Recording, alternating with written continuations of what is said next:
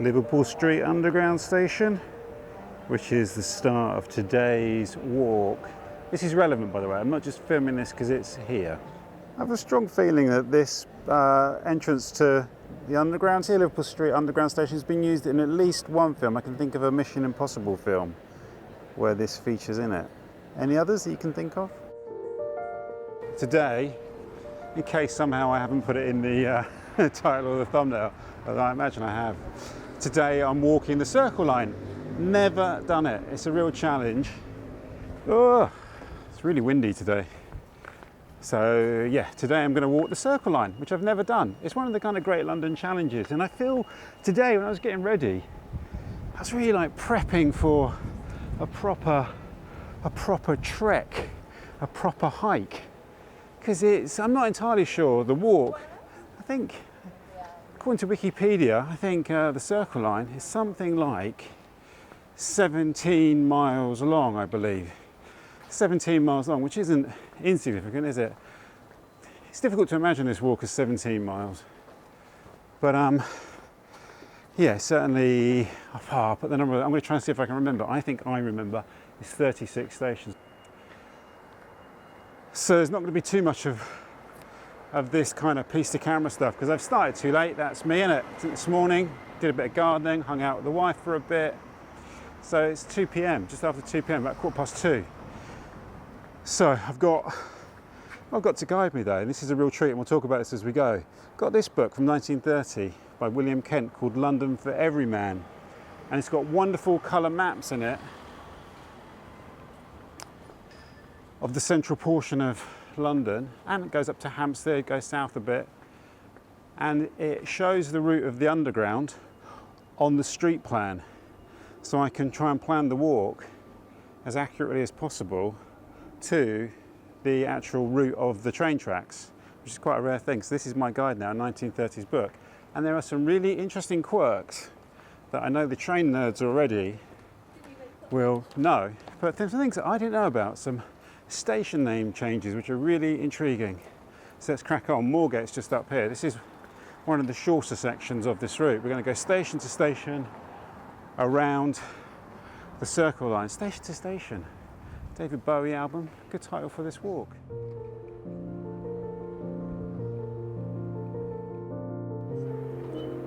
So I've gone along Euston Street into South Place. Probably would have been quicker to go straight across Finsbury Circus, but this is the way I was heading, so yeah, we'll pick up time along the way. Turning left from South Place into Moorgate, and there's the station just over there. Moorgate Station. Entrance on both sides of the street, Moorgate. And TfL, they do a version of the tube match which shows you the walking distances between stations. I don't know how relevant that is to me today. So we've got the classic paper tube map, which I picked up in Liverpool Street Station, which is going to be useful today. And you can see here, Liverpool Street. I have to zoom in, maybe it's superimposed on the screen. Liverpool Street, Moorgate. Next station is Barbican. Here's my walking route from William Kent. Here we got Moorgate here. The next station is not Barbican, it's Aldersgate. So obviously in 1930, when this book was written, Barbican station was called Aldersgate. So I'm going to try and plot the route from here. However, the street plan of London has changed a bit since 1930 in some places, so it may be possible to take a slightly shorter route, I think. Memorial here to the 43 people who died at Moorgate Station as the result of a tragic accident on the 28th of February 1975.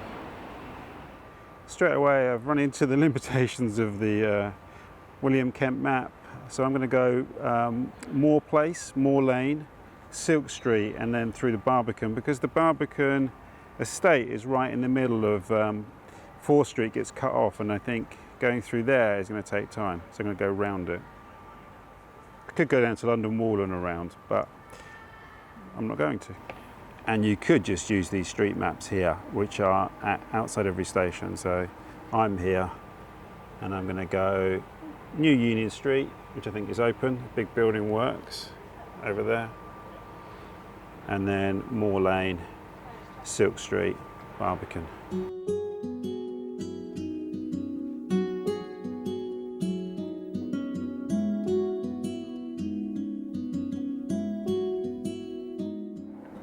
Now we go along Beach Street, which is absolutely smothered by the concrete of the Barbican and Barbican Station, or Aldersgate Station. It's just on the other side. Barbican Station over there. I'm guessing the name changed from Aldersgate Station when the Barbican Centre opened. That would be the obvious deduction, wouldn't it, I suppose? So we're going to go along Carthusian Street here, then into Charterhouse Street to Farringdon. These stations are pretty close together along here. And then we have what I think is the longest gap. Using the William Kent map gives us a better idea of the actual geography of the walk, because as everyone knows, the tube map isn't exactly an accurate geographical depiction of London in terms of where the stations actually are in relation to each other.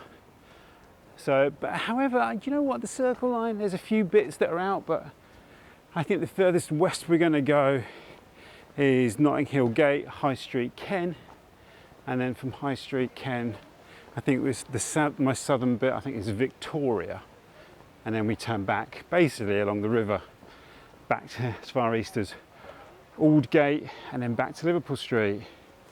Like I say, it's interesting to see the stations. There's a few stations, about another 2 or 3, have completely different names, and also there's a few other anomalies on this map as well. I mean, we've already had one right back there. It's a big movie shoot behind me.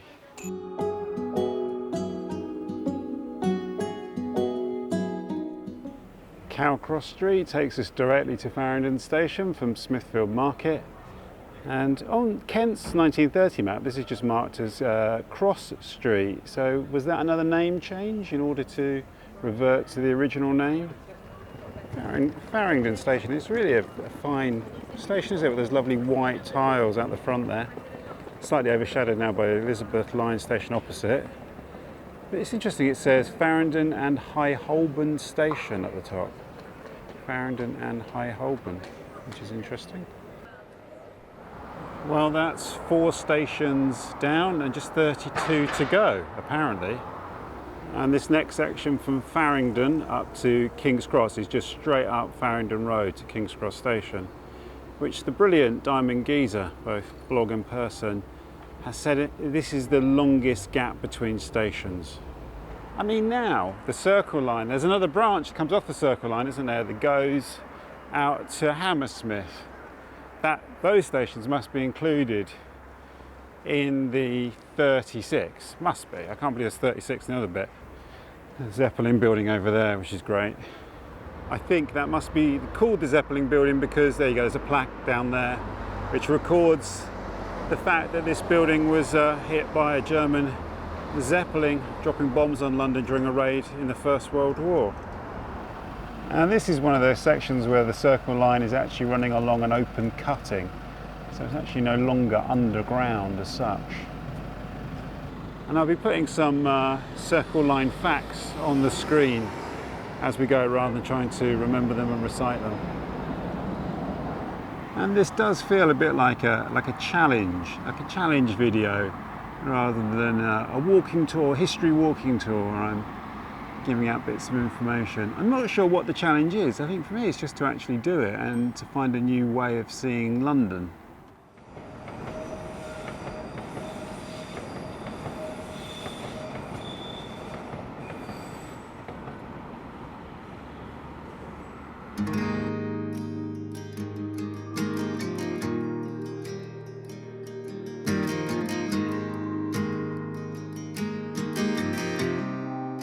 And of course at this stage this is partly a River Fleet walk as far as King's Cross. It's nice to remember that walk, and there are literally hundreds and hundreds of walks I've done through here over the years.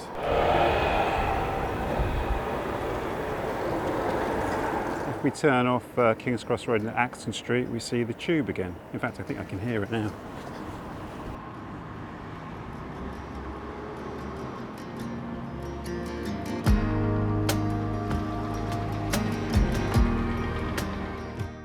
This is an interesting landscape here from Swinton Street.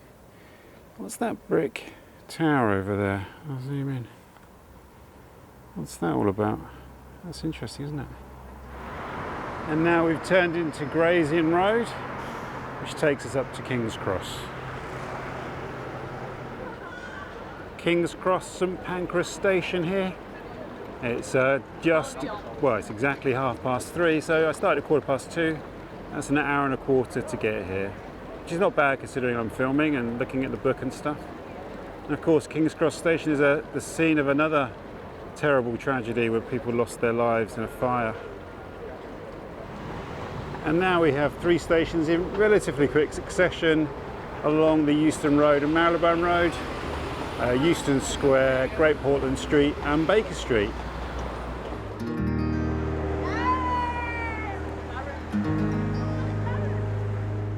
I am very tempted to pop into the British Library shop.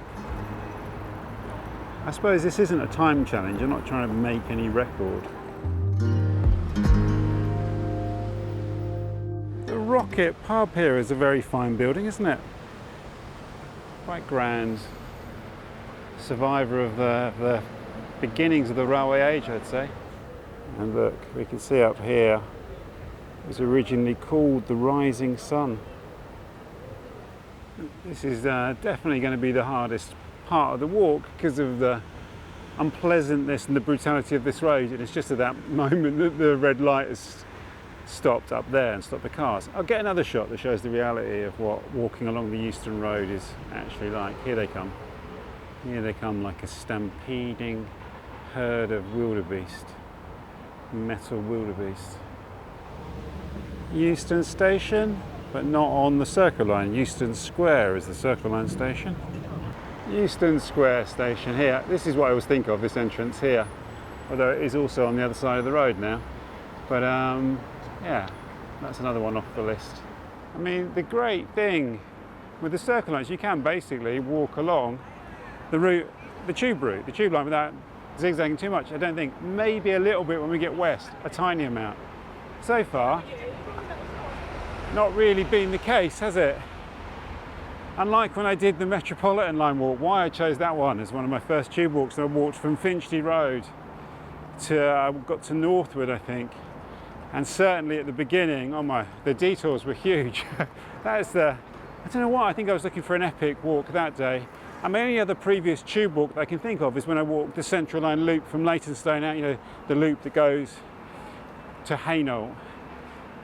Lots of people that travel east are very familiar with the Central Line loop. That is a great walk. I massively recommend that if you've never done it.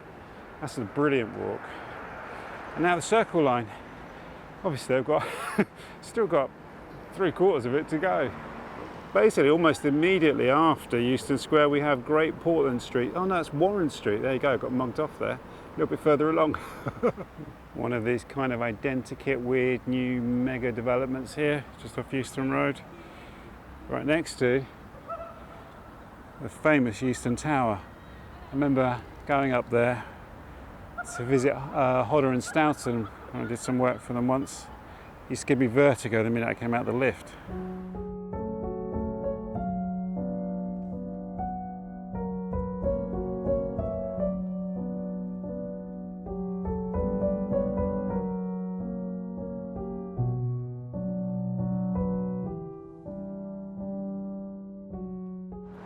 And there we have Great Portland Street station over there.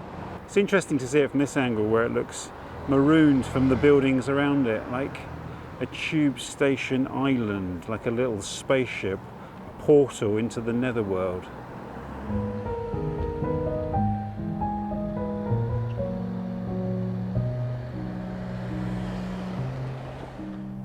And at this point it would be very tempting to deviate into Regent's Park and take a little detour, but Baker Street station is just up ahead, so I need to stick to the course. I was just about to say I wonder what happens at Duke's Hall, but I can see here it's part of the Royal College of the Royal Academy of Music, I should say. So there's some wonderful sounds coming out of that place.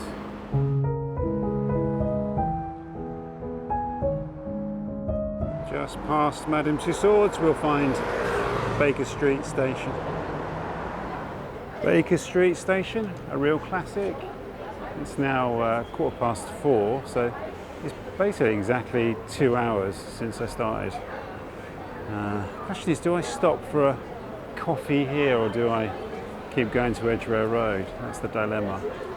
So I think I'm going to carry on to Edgware Road. So it's not that much further down the Marylebone Road. And I'm wondering whether I've ever walked this section of the Marylebone Road to Edgware Road before. I don't have a memory of that. My beloved Marylebone station down there. Am I tempted to hop on a train out to the Chilterns? Always, always. And here's another majestic building on the Marylebone Road here. Great Central. I'm guessing that is a hotel. Could be apartments though. No, it is a hotel, the Landmark London. A lovely grand hotel. Maybe I should stay there one night and get the train. Right, the landscape has changed somewhat. I might have been a bit optimistic, thinking that just the Euston Road was the most difficult bit. I think we go left here. Unfortunately for me, Edgware Road Station is under that flyover, I think, by the looks of the map.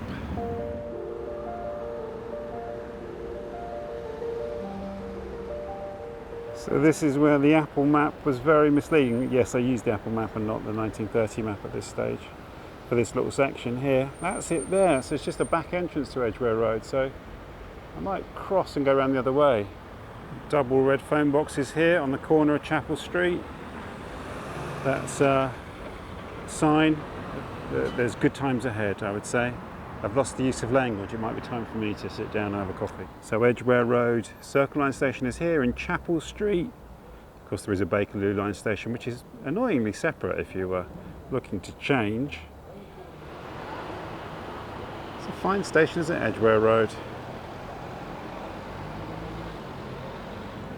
4:40 p.m.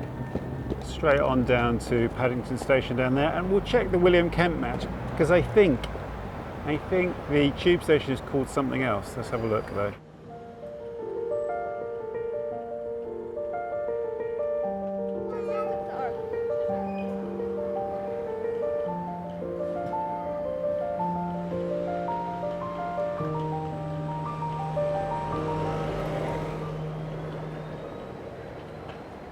So here we have Paddington station here. And on William Kent's 1930 map, this is marked as Parade Street, distinct from Paddington Station, which is behind me, and where there is a brand swanking new tube entrance, but you can still use the entrance here to access the Metropolitan line, Circle line. Now straight on down here to Bayswater Station, and the posh section of the walk with Notting Hill Gate and High Street Kensington, St James's and all that. But I need to look out for somewhere to stop for coffee. Maybe with a little rest, a 15-minute rest.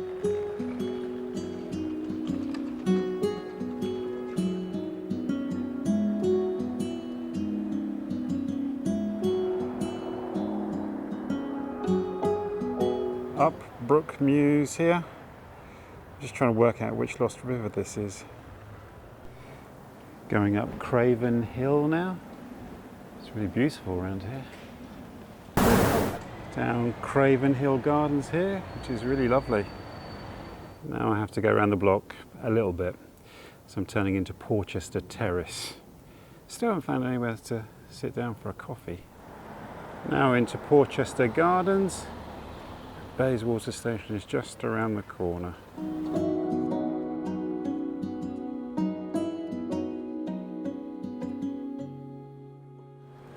Bayswater Station. I did have a 15-minute stop for a coffee just back there near the station. So that was exactly 3 hours and I'd walked roughly 9 miles. So now onwards to Notting Hill. So it looks like the William Kent route goes along Moscow Road because that's roughly where the line is running. I'm feeling all right. I'm feeling surprisingly good. 9 miles, 3 hours, been walking pretty quickly for me. That's quite fast because filming time is usually double walking time, but not today it seems. And now I've got my, I've got a Tesco's chicken, mozzarella and pesto packet sandwich, £2.75. The glamour of urban walking knows no bounds. And I'll probably be drinking in spoons later as well, so there you go.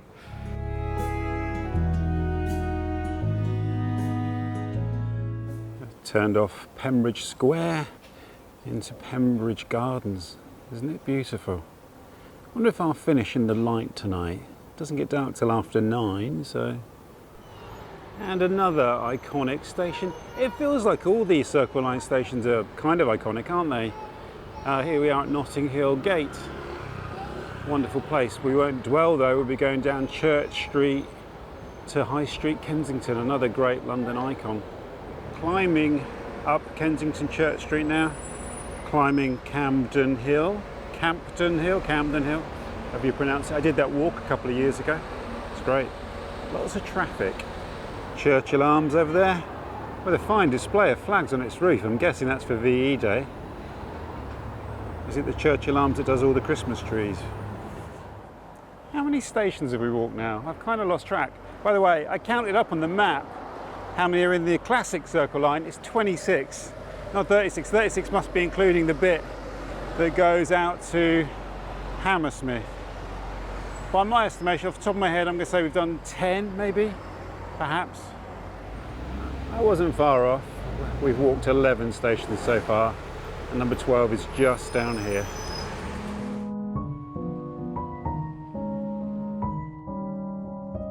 Wonder what the story is behind the name of that bookshop.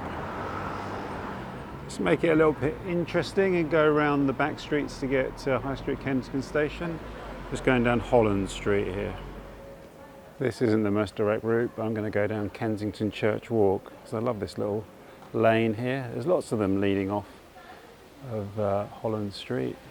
And this is a lovely little square here just off of Kensington Church Walk. There's a blue plaque. Let's go for a look. There's some very loud music, organ music coming from St Mary Abbott's Church here. A delightful villagey scene over in West London. High Street Kensington just at the end there. Remember Kensington Market, where it was the place to come and get a biker's jacket? I think those days of Kensington have long gone now. We've got the Ivy here and swanky shops. Well, actually, it's Marks and Spencer's and H&M, but you know. High Street Kensington Station, about to be obscured by a big green bus. A classic. I remember coming out here when I was a student, when it was, you know, it was quite a cool place to come. I don't know, do people still come out here now from the other side of London? And the London for Every Man map is guiding us down some little back streets here where we stay relatively close to the line before we get to Gloucester Road and then South Kensington. So we're going down Wright's Lane. You can see there's actually an entrance to the station just here on the left.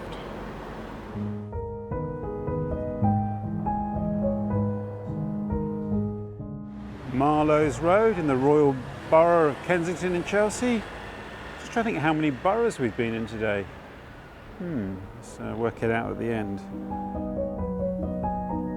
So I've done about 11.5 miles. I use an app called Pacer on my phone. I did actually start to trace my route with Strava today, because I know some people have asked me to do like a GPS trace. The thing is, it just sucks the life out of your phone battery, and if you're out for a long day like today, 7-8 hours, it's not a lot of good really, unfortunately. So I did try, for those of you who've been asking for that, but I feel like the first 5 or 6 miles, well, what I'm trying to say is this is the point where I really know that I'm having a walk, if you know what I mean. This is the point now, 11.5 miles. I'm like, okay, this is a proper journey. I'm starting to look at the next bit ahead. Up to sort of Paddington, Bayswater Road, I'm just cruising along, man. I'm just bombing along those first 9 miles. And now, like I say, I looked at 9 miles, now I've looked at 11.5 miles. Starting to think where I'll sit down next time. This is where you're in that zone of, okay, we're doing a walk now and we're, well, over halfway, so that's a good sign, right? The next stop might not be for coffee though, it might be for something a little bit more to lubricate the joints, so to speak. Another London iconic road, the Cromwell Road. I'm sure my older Australian viewers will have memories of being here in the past. Any of you here in the 60s and the 70s when this was the hub of little Australia? In fact, actually my wife Hayley came into this area in the 80s. So, right, Gloucester Road Station, where are you?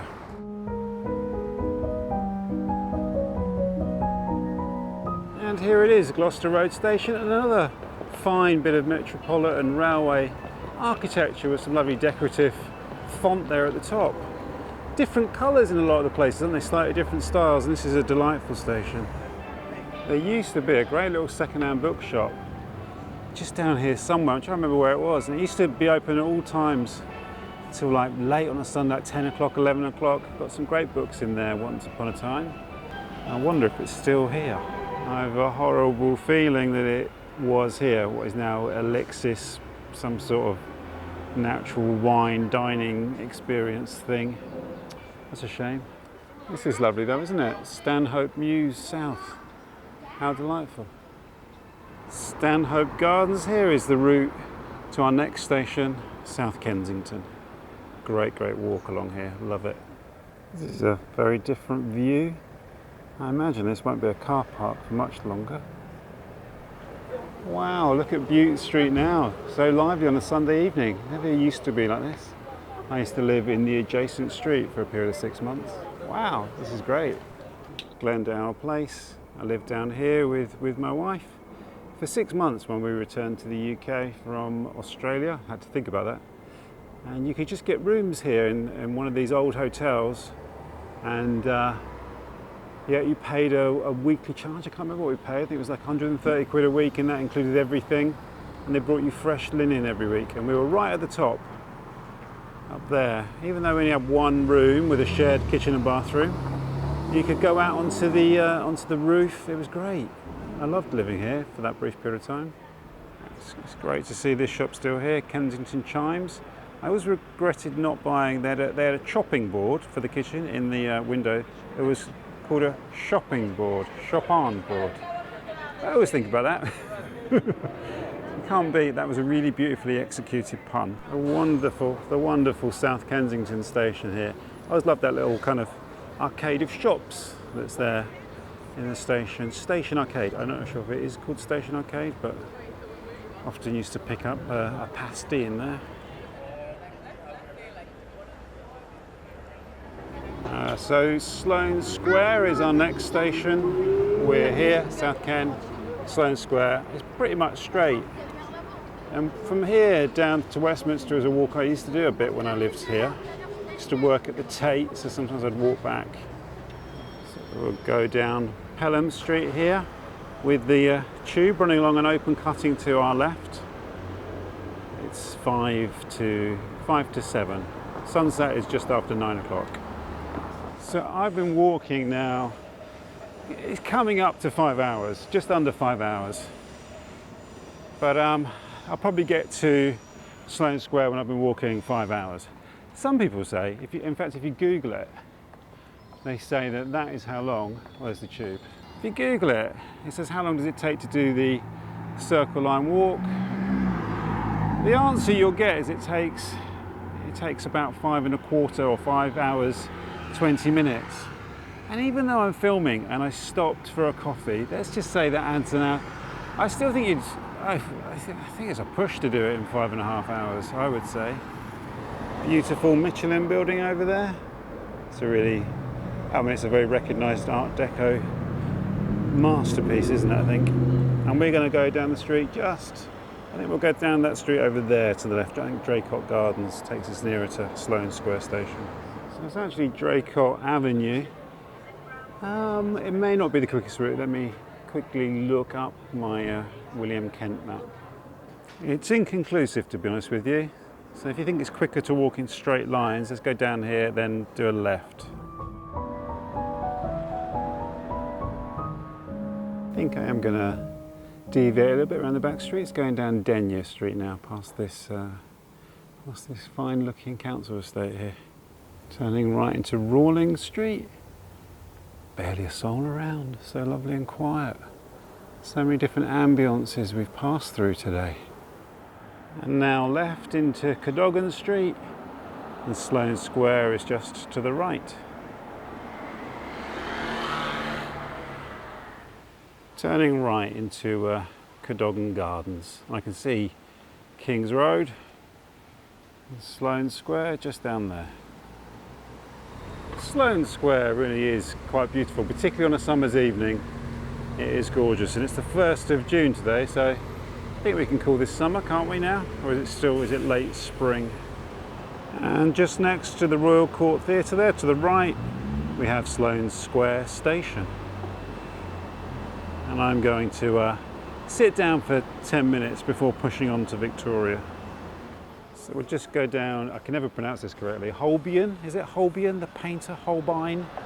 Holbein. We'll go down Holbein Place to Ebury Street, and then on to Victoria. And we've still got 11 stations to go, but they're really close together after Victoria, really close together.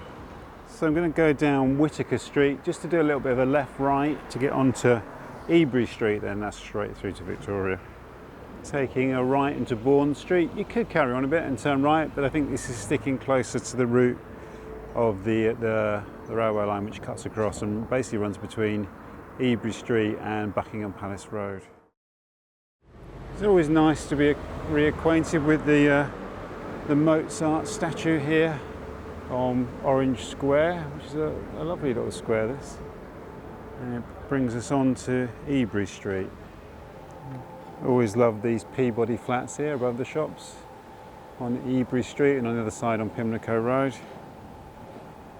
And Ebury Street really does deliver us right to the doors of Victoria Station. And we're in a different borough now, in the city of Westminster. And if you're wondering what the Mozart reference is about, it's a very young Wolfgang Amadeus Mozart composed his first symphony here in 1764.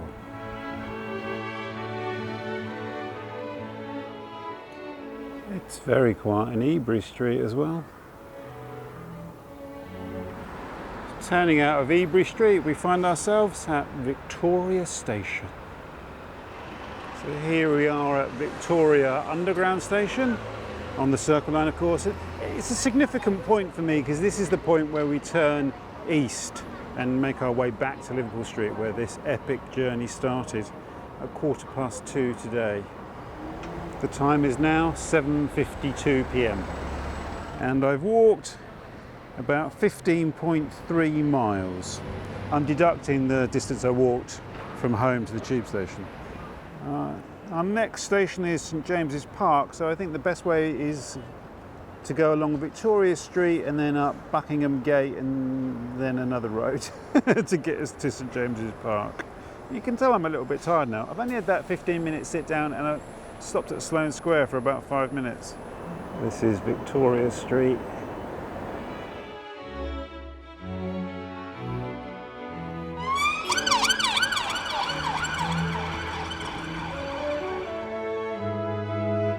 Worked out a route. We turn off Victoria Street into Palace Street, then hang a right, and we're up to St James's Park.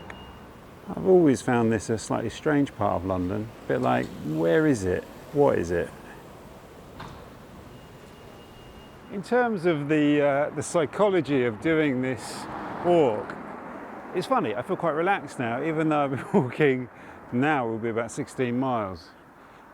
And I'm a little bit tired. I think we go down here, down Wofford Street, and I feel like I'm on the homeward stretch. But any other time, if you said about walking from Victoria to Liverpool Street via Oldgate, that feels like a, substantial walk. But in the context of this walk, it feels like, oh, nearly there.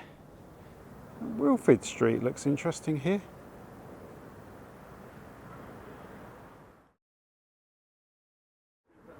Turning very briefly into Buckingham Gate and then left towards St James's Park.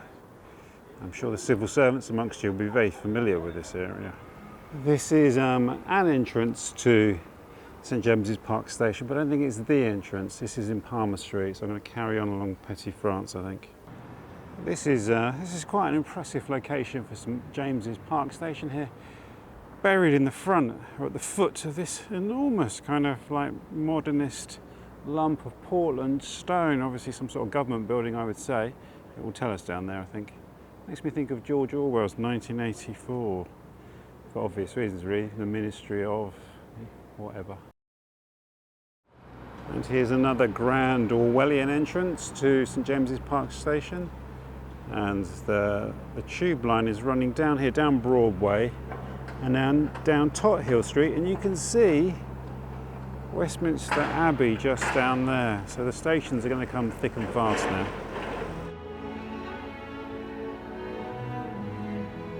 One of the most important places in the whole country, Westminster Abbey, a place of great antiquity. How old is it? Edward the Confessor, 1,000 years? 1,000 years old? Around that, isn't it? An amazing place. And there we have our old mate Big Ben at the Houses of Parliament. And just opposite that is Westminster Tube Station.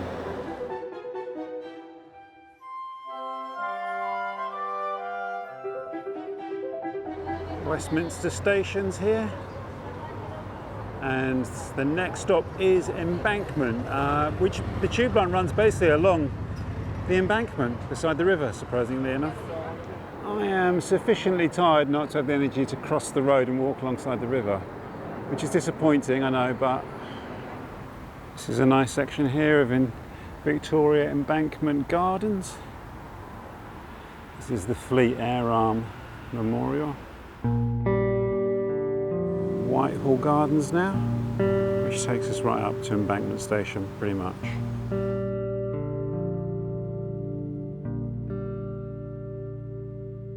Embankment Station here, and we've got a little arcade, a little bit like South Kensington. And Embankment's always been one of my favourite tube stations for some strange reason. I'm not really sure why. I think it's the journeys that follow departure from Embankment. And we carry on along the embankment to get to our next station, Temple, which is a very short distance away. I think I'll go through the gardens actually. Victoria Embankment Gardens. This is a lovely little cafe to the right here. It looks like it's gone a little bit upmarket since I used to use it many years ago, 25 years ago. The rear entrance of the Savoy Hotel. Very grand hotel. Somerset House here to the left, and just down here is Temple Station.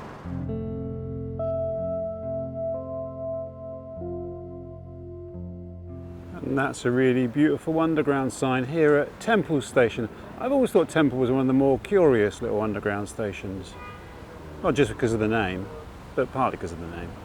8:50 p.m, 10 to 9.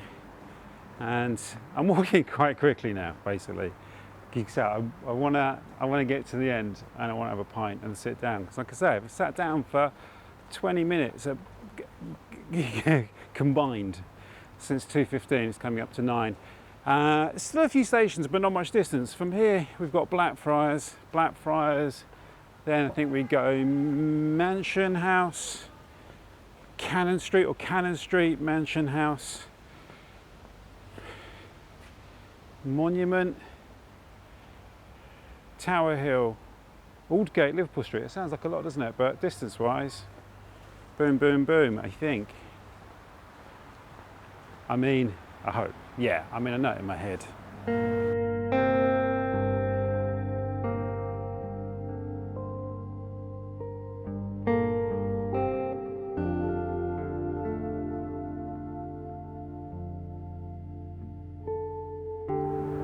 .9 exactly, and I've arrived at Blackfriars Station, and I've walked over 18.5 miles, so this is going to be substantially longer than the regular route, and I don't know why. There is one possible quirky explanation. Queen Victoria Street here will take us up to Mansion House, and after that we've got Cannon Street, Monument, Tower Hill, Aldgate, Liverpool Street. In a comment once on a video where I did a really long walk, I couldn't work out why. Somebody said that if you carry your phone, which is measuring the distance, in a lower pocket, like a cargo pant pocket, I've got a zip pocket further down on these shorts.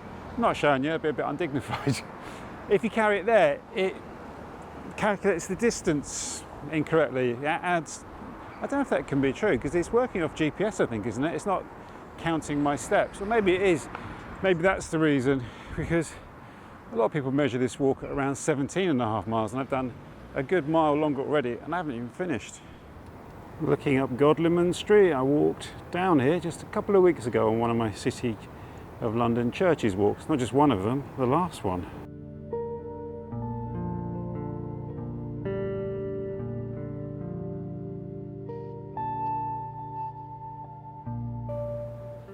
Mansion House station is here. Not many to go. The slightly frustrating thing is if I pan the camera just there, see that big tower block there? That's right near Liverpool Street. I mean, it's maybe a 10-minute walk to Liverpool Street from here, 15 at a push. Whereas going the way I'm going to go, maybe half an hour. Turning into Cannon Street now, and the next 3 stations are in a straight line. Cannon Street, Monument, Tower Hill, just straight line. Then up to Aldgate, and then up to Liverpool Street, and into the pub.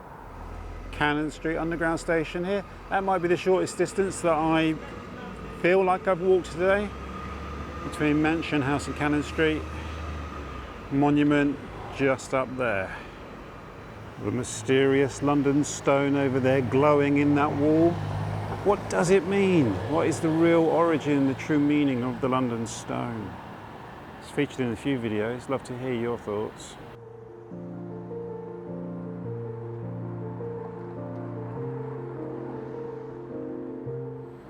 Monument station here. Another classic, Monument for Bank. We all know that, don't we? So now straight on to Tower Hill, then Aldgate, and then back to close the loop at Liverpool Street. Might just have a smidgen of light. Straight down East Cheap. Should take us right very close to Tower Hill.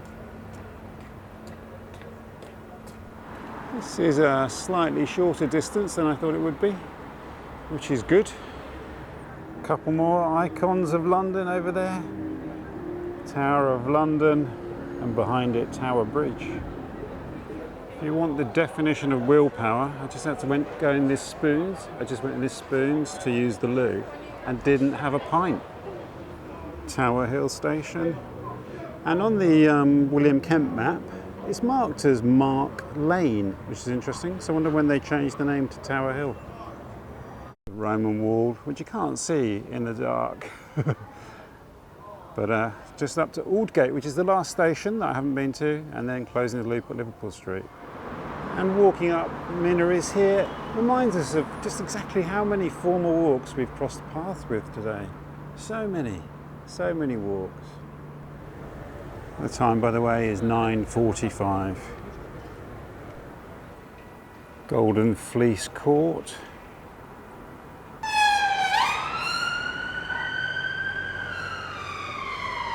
Aldgate station, which is the last station we haven't visited. All we have to do now is go round to Liverpool Street to close the loop. The Aldgate station is another station of memories for me from when I very first arrived in London as an 18-year-old. And you can see on the map here on the front of Aldgate station here, and we'll just go up, where is it, Houndsditch. And there is Liverpool Street. Wow, those buildings really do loom over you, don't they? City skyscrapers as you walk up the ancient way of Houndsditch, the street that ran along the outside of the old city wall. What is going on here? It's like something from Blade Runner. So I've arrived back at Liverpool Street, bang on 10 o'clock, exactly at 10 o'clock. And my phone is, oh my God, street cleaning truck behind me trying to ruin my final piece. And my phone is showing that I've done 21.6 miles. Well, let's take off 0.3 for the walk to the tube station. And we have just over 21 miles. How is that possible? And just under 8 hours. Oh, well, the good news is the spoons over there, Hamilton Hall, is open, but it's rowdy. Really rowdy, because I imagine it's the Southend fans. Southend were at Wembley today, and I think they're letting everyone know that that is where they're from currently. It's quite, but who knows, maybe I'll just go in there anyway. Wow, what an unbelievable walk that was. I'm so glad I've done it. How is it possible that people to do it in 5.5 hours and it not be, I mean, 21 miles? Well, I don't know where I went wrong. I'm not sure. Anyway, it'd be interesting. Have you done it? Did you do it in? I mean, the time difference could be because of this. The filming thing adds time, but I only stopped for less than half an hour. I didn't sit down for more than 20 minutes in total. That's how long I sat down for. Anyway, that was an incredible walk. Thanks for, if you stayed the course, you probably watched it in sections. Thank you so much. What an amazing walk. Thank you so much to my supporters on Patreon here, the YouTube members, you for watching, and the comments and the likes and all that kind of stuff that you do. I actually also now started a second channel. There's only a couple of videos on there. I'll link it below. It's called John's Studio Notebook. Not the walking, it's other stuff, the writing, thinking, creativity, that kind of thing, stuff I shoot in my study at home. That's enough waffle. I'm gonna get a pint. I'm tired, but I'm so glad I did it. I look forward to seeing your next walk, wherever that may be. It's over the meadow, over the stream, it's where I am going and where I have been. It's been a long day now, it's time for a beer, and now for home, of course I must steer. It's over